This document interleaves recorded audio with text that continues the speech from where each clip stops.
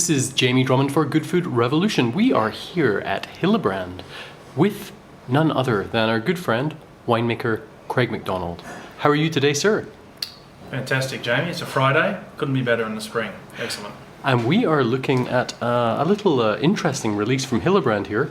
This is your Sauvignon Blanc, showcase Sauvignon Blanc, and it's quite a special wine. Would you mind telling us a little bit about it, please?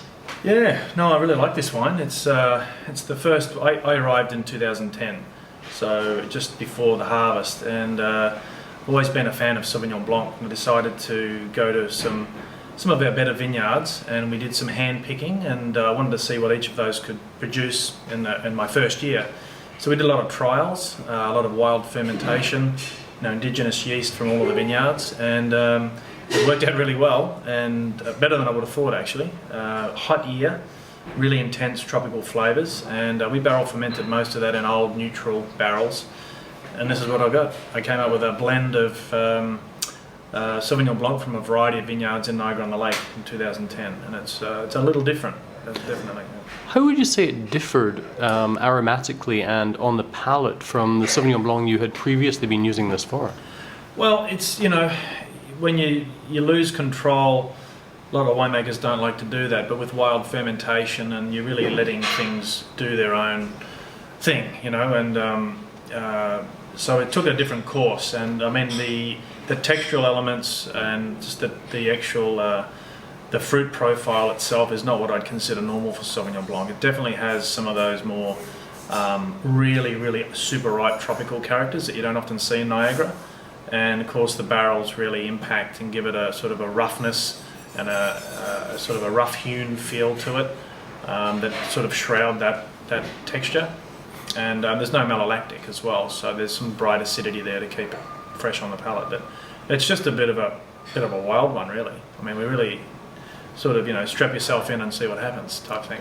Now, for those in North America, Sauvignon Blanc is synonymous with New Zealand, and for those in Europe, it's more often synonymous with, say, Sancerre or Pouilly-Fumé.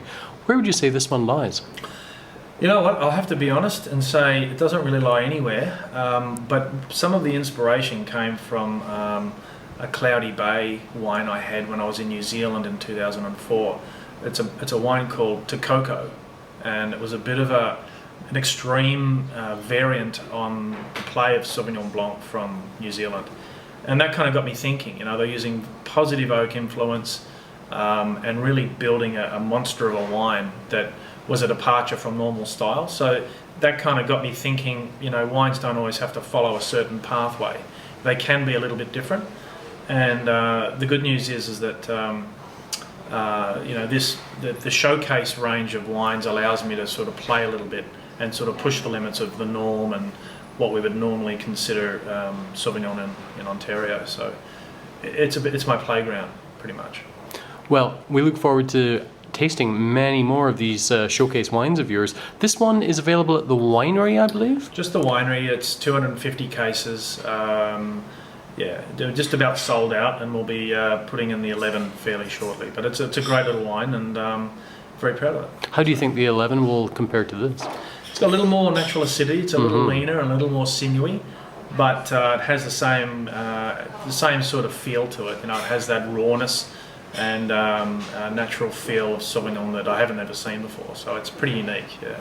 Excellent. Thank you very much for sharing that with us today, Craig. Thanks, Jamie. Cheers. Take care. Okay.